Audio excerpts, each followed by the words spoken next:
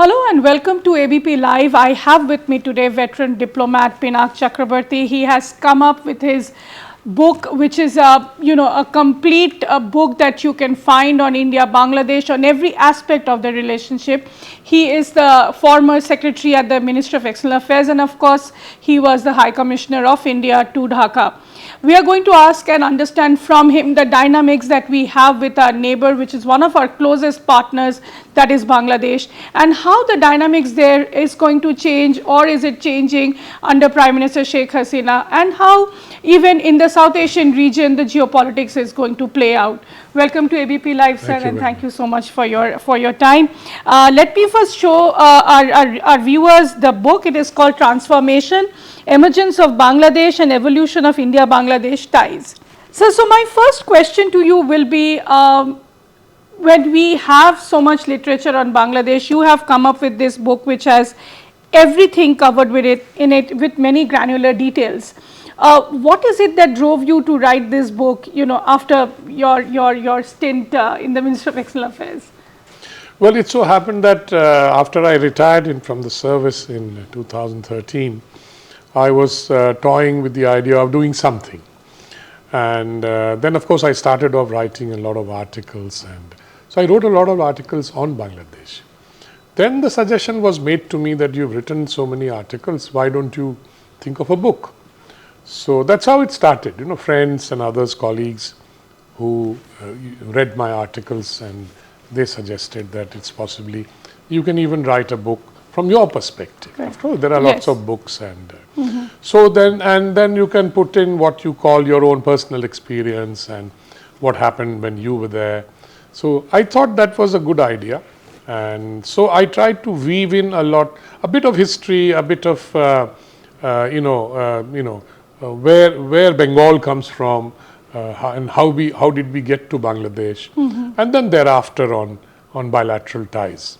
So that's the structure of the book basically, and that's how I structured it and weaved in various aspects, including aspects of domestic politics and certain other issues, economic and others, social, etc., the problems that sometimes we have. So that's the kind of structure I tried to build in the book, and covering as much as we could, because the book was finite in size, right. And one could not exceed a certain number of words. So that's how the final form. This is the final form that it took. No, that's an enormous work, sir, because you have not really touched only small issues, but you've gone from the East Pakistan era to what it is today, even touching upon some of the contentious issues like CAA. We'll come to that, but to start with the partition of Bengal, we see on one hand, when we talk about India's partition, very less discourse is being talked about when it comes to when Bengal was partitioned, and how, as you rightly written in your book, created a Muslim majority East Pakistan and a Hindu minority West Bengal. Now, in today's scheme of things, sir, do you think those dynamics are still playing out? And if it is so, how do you think, what do you see the road ahead?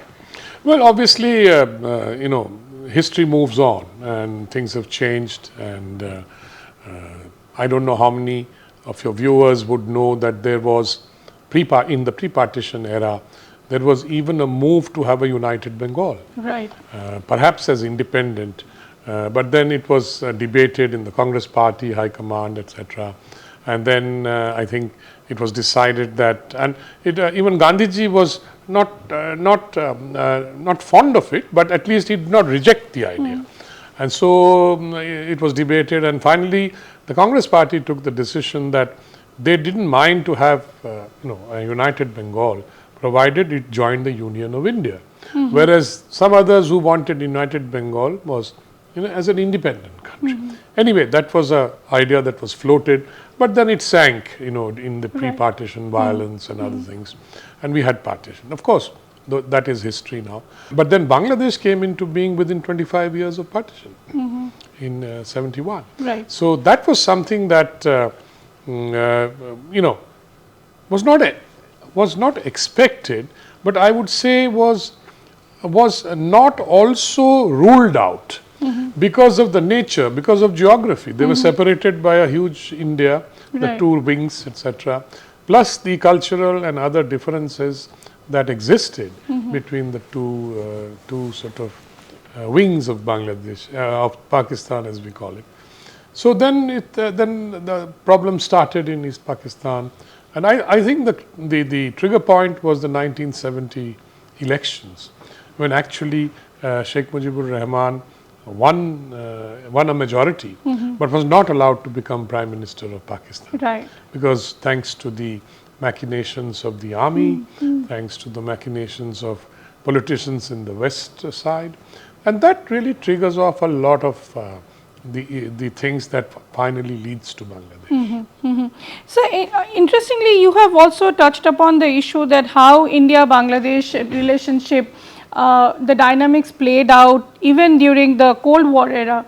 Again, for our viewers, who are fairly in the younger age profile, what is it that, what happened between these two countries at that point of time when India heavily supported the erstwhile USSR? Well, I think after Bangladesh came into being, of course, there were ups and downs in the domestic politics. Sheikh Mujibur Rahman was assassinated in 75. Then you had a period of turbulence. Then a military dictatorship, Right. Yes. which tried to put up a facade of democracy, and followed by another military dictatorship. But basically, there were ups and downs with India. During the military dictatorship periods, the relations were okay, but not warm. And it was very warm during the period when Mujib was there, because of all the help that India had given. But the military dictatorships were headed by generals who were basically of the Pakistan mindset, because they had been trained and brought up in the Pakistan military. So their ethos and thinking was somewhat anti-Indian, I would say. But then again, democracy came back. But then the what shall we say, the anti-Awami League and the the anti-independence forces, or as they call the anti-liberation forces, they joined hands and formed a party, which was the coalition BNP and the Jamaat-e-Islami. The Jamaat-e-Islami has been an Islamist party and has been pro-Pakistan from the very beginning. So that period again was a period of dissonance in our bilateral ties. Then of course, when Sheikh Hasina came back, things improved, and she's now been there for the third term, I think, or the fourth term. So I think things have now stabilized. We have made much progress on various fields. So things are that way. Bangladesh-India relations today is in a sweet spot, as we say. So now you also interestingly talk about something that some of us really are not aware of, is this Mujib's 6-point plan. Yes. And how basically that was the genesis of the tensions that eventually erupted between Bangladesh and Pakistan.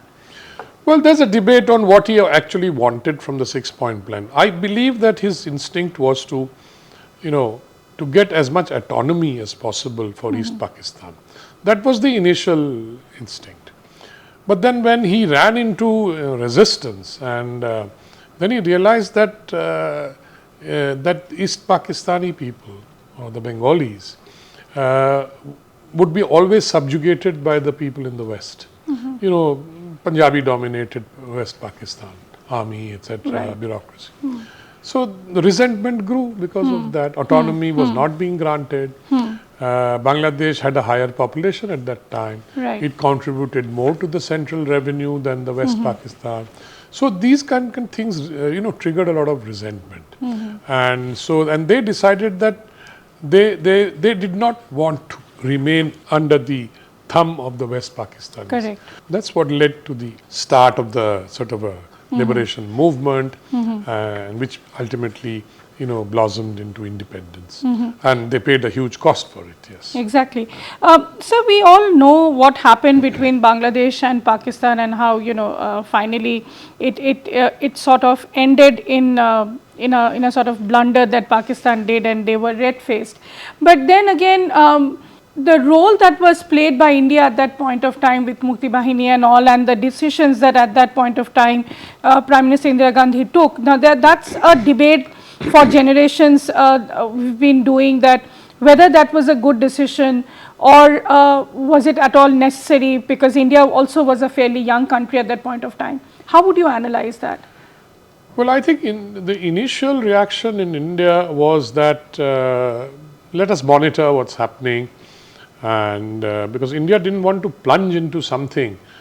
India wasn't really a powerful country at that time, and so they didn't want to plunge into a situation where it would be accused of interfering in another country or other kind of international obligations that we have. So I think India took her time in reaching that decision.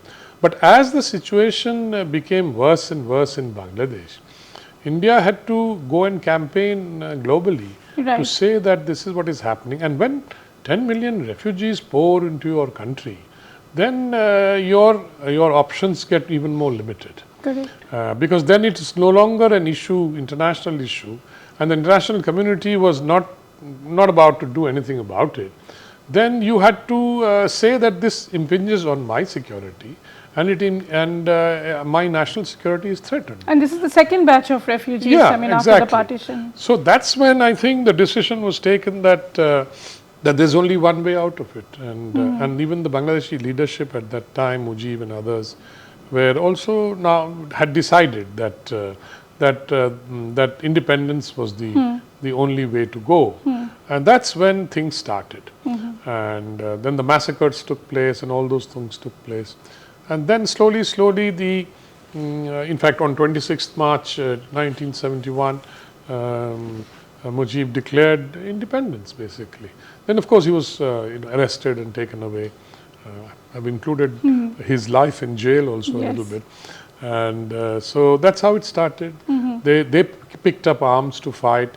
Some of their army people defected. So it went into that mode after that. Then of course India started helping the Mukti Bahini and other Bahinis that were created at that time. And finally the Indian army itself, after preparation, intervened. And of course then Pakistanis were defeated, they surrendered, and Bangladesh was born. So, and now the question that comes is, what India did, okay, at that point of time, maybe that was strategically the right decision to take. But over the years and now in the contemporary times, do you think that that sort of paid benefits to us? And secondly, how do you see Bangladesh also, since your book is called Transformation, has Bangladesh really transformed from then to now? I mean, which was Mujib's vision? You had made the point about the Cold War. In fact, Bangladesh's birth was also became part of the Cold War rivalry. And it was at a time when the Americans were courting China through Pakistan, of course, Nixon, Kissinger and all that. And because they wanted to contain and probably destroy the Soviet Union, which they finally did later. So they thought it was a good idea to do that. So they said, look, whatever, let Pakistan do what it wants in Bangladesh. So in other words, they became an accomplice to genocide. Despite all the big sermons that we hear from America about human rights and all these things. But at that time they aligned with genocide basically, with the Pakistanis. And so that's how it happened. We also needed support of a major power, and that was the Soviet Union. That's why the Indo-Soviet Treaty was signed at that time. To balance out the Americans and the Chinese and the Pakistanis, India needed also some support. And then the Americans even sent their warship. Well, that was, they tried to what is called gunboat diplomacy, etc. It didn't work because the Soviets came to our assistance. They were shadowing the 7th Fleet with their submarines and others. So, and then by then Dhaka fell. So that was over. I mean, it didn't work for the Americans. Right. But did it in the long run, did it dent India's relationship with the US? You think that remains a sore point in India-US bilateral ties, I mean? Not anymore. Not anymore. These are incidents in history and geopolitics that, and countries move on, for example. And so we've moved on also. We have good relations with the US. The US also has good relations with us for their own reasons. We have it for our own reasons. Today I don't think 71 really matters in our contemporary ties. So that I would say. And as for Bangladesh, during the Cold War, naturally Bangladesh was also grateful to the Soviet Union for what it had done. Soviet Union also helped Bangladesh. So, but they also decided that we will have good relations with everybody. In fact, Sheikh Mujib laid it down in a speech saying that we'd like good relations with all. So, more or less they followed a policy of neutrality and non-alignment, like India was doing. So, I think that phase continues to in some manner or the other, even in India. You may call it something else like strategic autonomy. But Bangladesh also more or less followed that line, saying that we are not going into any camp like India had decided. So, and it continues. Although they do now, take help from China, but they take help from India, they take help from USA. So, they are open to help economically for their development to all countries. So now coming to the present times, how we sort of see, as you were pointing out towards the refugee crisis, that we in India still sort of continue in our political discourse how Bangladeshi refugees are coming into India, and that has become, and that is a kind of sore point between India and Bangladesh. Then there is this chapter that you have on the Chakma rebellion, and you have talked about the fact that how CAA can be played out in this. How do you see that panning out? Because the moment we talk about CAA and NRC, Bangladesh gets very jittery for obvious reasons. But then there is this discourse that comes from our northeast states also. Well, there is a contradiction here in the sense that we all know that illegal migration has taken place from Bangladesh into India. Now, these are there are many Hindus in it, but also Muslims. Now, in India, the debate is, you have your own country, why are you coming here? At least towards the Muslims. Right. This is the question. Assam, of course, has borne the brunt of the migration, legal and illegal.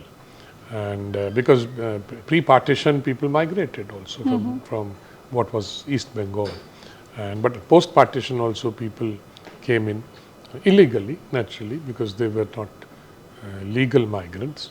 So that is a issue that will remain, because it changed the demography of a lot of states adjoining Bangladesh. And the whole issue of partition, which was based on religion, so that mindset and legacy remains. So that is one aspect which will not likely to go away. The CAA, of course, was devised to give expedited citizenship to those who have been persecuted and who have left these countries, which are named. Now, Bangladesh feels that why was it named? Because it has not really persecuted the Hindus, they claim. They also deny that there are any illegal immigrants from Bangladesh. But that's one aspect. So I think the jitteriness that you mentioned is because that they feel that if India implements this whole thing, NRC, a lot of them will become stateless. So what happens to those stateless people? Will India push them back into Bangladesh? What will India do? So that's the point about being jittery. So will there be a reverse migration if India takes a very hard line? So that keeps them a little jittery. Now, other point about migration is that sometimes people say migration is natural. People move from one place to another. Even Indians are migrating somewhere. And the Bangladeshis migrate to India for a better life, better vocational, maybe, opportunities, etc. So I think that debate goes on. And but then India is not a is the highest population today. So how many more people can be absorbed? Right. Bangladesh is also the most densest population per density is very high in Bangladesh, probably a top 3 or something. And so there is population pressure there also. Although they have done very well in curbing population growth, better than us, I think. Their social indices are also quite good. They have improved a lot, and they have done remarkably well on the economic side. I was coming to that. The next point, sir. Bangladesh now is this great growth story that everyone talks about, and also during COVID, when everybody was talking about economic downturn, they were the ones who were registering growth. How do you think that has happened, and do you think that is sustainable in the long run for them? Well, COVID hit everybody. Bangladesh did manage to stay above the zero figure in terms of growth, whereas we went down below zero. Of course, recovery has taken place. But Bangladesh also suffered on other counts, like the Ukraine war, for example, which raised food and energy prices globally. So then there was a run on their reserves, which came down from around 45 to about 25. So then they had to seek some IMF support in terms of some support for the foreign exchange, so which they have got. So I think it did impact Bangladesh's economy. But slowly they are recovering like we have recovered, and I think they will recover. But Bangladesh is a net importer of food and energy. So those two are very major issues in the economy. And going forward, I guess that can be a challenge. It will be a challenge, I think. But then as long as these wars continue and it creates disruptions in the supply chains, which it did during COVID and during the Ukraine war, this will pose challenges naturally. So now coming to the fact that India was able to do the land boundary agreement with them and settle the long-standing tension or the dispute, whichever way you call it. You were in the thick of things at that point of time. How do you think India was able to settle that, and do you see that is that totally settled, or that in the future we can have some issues coming up?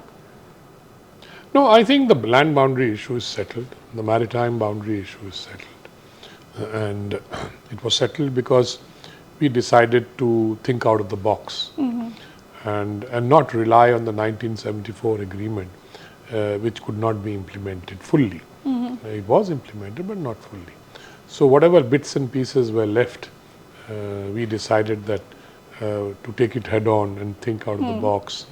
So the thinking out of the box was basically like change the international boundary between Bangladesh and India, and that's not easy because that's a territorial adjustment, and it required in India a constitutional amendment. But we managed to do that because it was felt that it was a fair thing to do, and it would help remove these two major irritations that were there, and the boundary was being discussed even during Pakistan times. Maritime, so was the maritime boundary. So with these two settled, I think the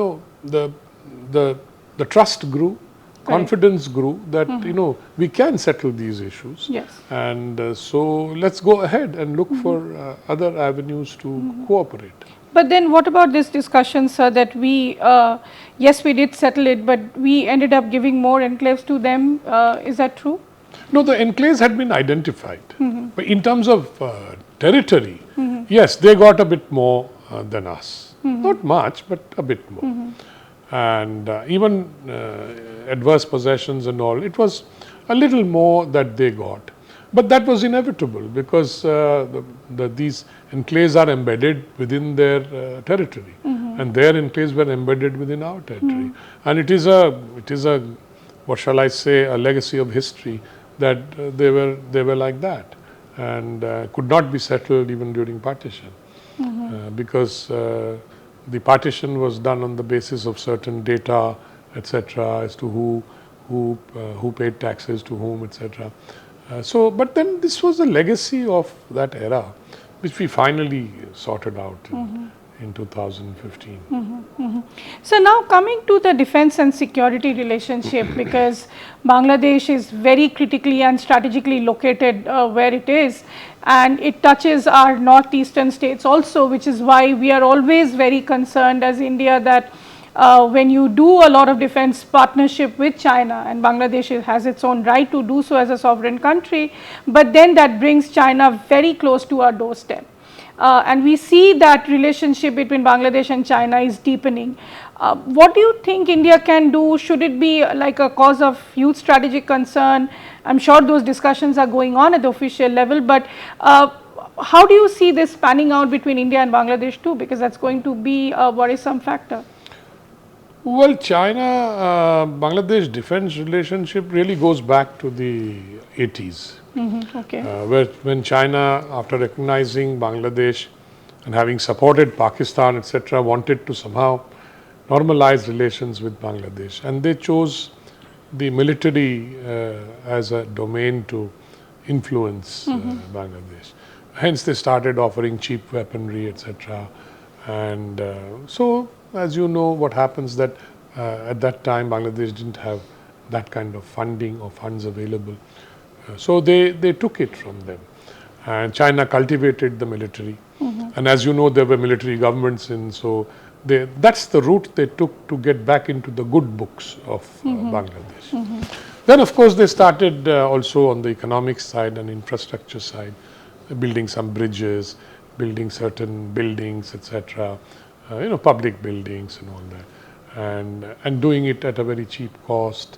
So Bangladeshis felt that look, here is an option that we can pursue in terms of our own development. Now, of course, after China became a major economic power and the BRI was conceived, so Bangladeshis felt that well, this is a good opportunity to get more funding for our projects and bridges. And as you know, they built the Padma Bridge, which is a very vital connectivity factor within Bangladesh and to the rest of the world. And it is going to contribute, people calculate, 3-4% to the GDP of Bangladesh over the next 5 to 10 years. So these are some of the facts that Bangladesh seeks to have kind of an even-handed relationship. But yes, if China develops a military relationship that it has with Pakistan, for example, with Bangladesh, that will be a cause for worry for India, because that would mean that China is already in Pakistan and on our northern borders. But if they start making a presence in Bangladesh, then we have a third front basically to deal with. So that will stretch our. But I think Bangladesh understands that, and I don't think Bangladesh will go that way, because it has after all, it has much more investments or invested in the relationship with India. China is not really a neighbor. It's but then the funding that China provides is attractive, and but they have been careful. They have not fallen into the debt trap. I think Bangladesh's debt to China is in about $7 billion or so. Not that much, but yes, it's right. And so finally, just to before wrapping up, can you make us understand the domestic dynamics, the political dynamics playing out within Bangladesh? We saw during the elections this time in January, there was this opposition party which was doing so much of violence, the BNP, yet it did not participate in the polls. And the fact that before the elections there was so much discussion and discourse coming from the US side, talking about Sheikh Hasina's calling her almost a dictator, and how can she is winning the elections year after year. So how do you see that? And now going forward, I'm putting another question in it. Is there any other leader who's going to be able to fill in the shoes that of Sheikh Hasina in the future? Well, what happened in Bangladesh in terms of its political discourse, that Awami League was a ground level party, a grassroots party. It was the party which led the freedom struggle. Right. So it always had a certain degree of popularity.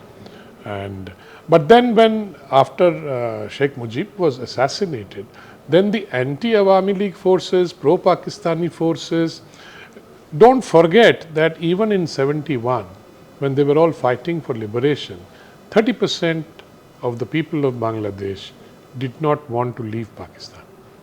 They didn't want to separate from Pakistan. Okay. This was some feeling that, look, we Bengalis or the Bengali Muslims had contributed so much to the Pakistan movement. After all, Muslim League was founded in Dhaka in 1906, thanks to the British, of course. I mean, they encouraged all that. And that we were in the forefront till Jinnah came and other Urdu-speaking people came and took away the movement from us. So that was the feeling that, why should we abandon Pakistan? Right. Anyway, that was a minority. Now that group really is what is the BNP, the Jamaat and the other, Islamist parties, some of them, not all. That's the group. So they formed the second pole, you could say. And Zia was involved in mobilizing that for his own reasons. He was a dictator, he wanted a party, like all dictators want, they want a party, they want a facade of democracy, etc. So then this cleavage in the discourse continued. Okay. And unfortunately in Bangladesh, the best way of displaying political, anxiety or political aggressiveness is street violence. This has become the norm. So I wouldn't say that only the BNP or the Jamaat do it. Awami League has also done it when it is out of power. So that has become this SOP, as we say, standard operating procedure in political agitation. So unfortunately, that of course now BNP tried it again, it didn't work. Their problem is that their leader, chairman, former Prime Minister Khaleda Zia is very sick and cannot participate in all this. She's actually on medical bail. She was convicted of corruption. Her son, who is the vice chairman, was sent into exile by the caretaker government. He was also prosecuted for various corruption cases, convicted, and also was convicted of conspiracy to murder Hasina and her party members in the 2004 grenade attack. Now, this has all been proven in court, and he can't come back because he's under a death sentence now. So he sits in London and obviously tries to manage the party, and I